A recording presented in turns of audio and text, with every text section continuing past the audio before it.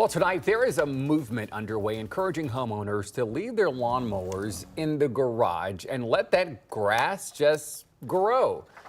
Okay, it's called No Mow May. No Mow May. I like it. It's catchy. Well, a trend that has its benefits and some downsides too, though. 10 TV's Ross Caruso found out what works and what doesn't.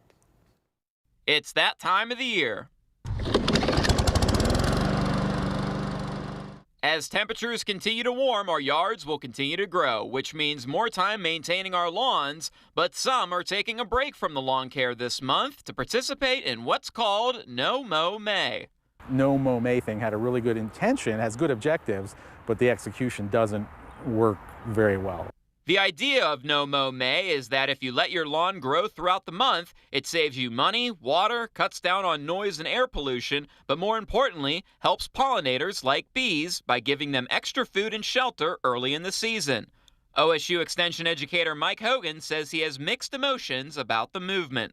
In Central Ohio, it's really difficult to manage turf without mowing it for a whole month in May and then expect that turf to return in June and subsequent months. Hogan says rather than letting your grass grow wild, try planting native plants and flowers in your green space to help the pollinators. Natives, non-grass species like clover, white clover here, even you could plant viola seed if you wanted, and because then you could maintain the lawn, you'd have some desirable grasses. And if you want to leave your lawn green, there are other options out there to help the pollinators. Spaces for pollinator plants, they don't have to be large when we think about, a whole residential lawn. They could be small as containers. If someone just has a very small patio space or very small yard, a few containers with perennial flowering plants that pollinators feed on. Pollinators play a very important role in our lives, more than what most people think.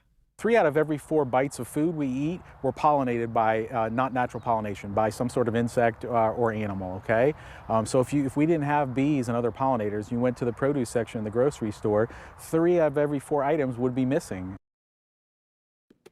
Well, we've learned something about No Mow May.